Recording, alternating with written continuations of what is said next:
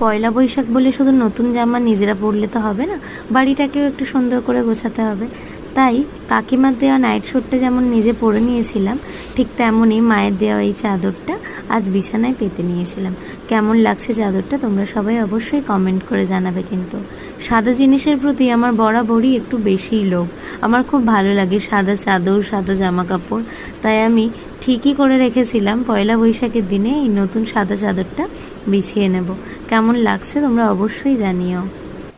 আগে যখন মা নতুন বিছানার চাদর পাততো, সঙ্গে সঙ্গে বিছানায় উঠে যদি আমরা গুটিয়ে দিতাম, মা খুব বকাবকি করতো। এখন বুঝতে পারি মা কেন বকাবকি করতো। এত কষ্ট করে সারাদিন ঘরের কাজ করার পর যখন বিছানাতে এসে একটু শুই, তখন যদি বিছানাটা পরিষ্কার না থাকে তখন একটুও ভালো লাগে না।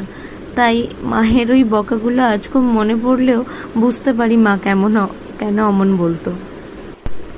সবাইকে আবারও জানাই শুভ নববর্ষের অনেক প্রীতি ও শুভেচ্ছা। আমার আরও একটা নতুন ভিডিও আসছে এরপরে, তোমরা অবশ্যই জানিও আজ কে কী রান্না করলে, কে কী খেলে, আর কেমন করে ঘুরলে। সবাই অনেক ভালো থেকো, সুস্থ থেকো। টাটা।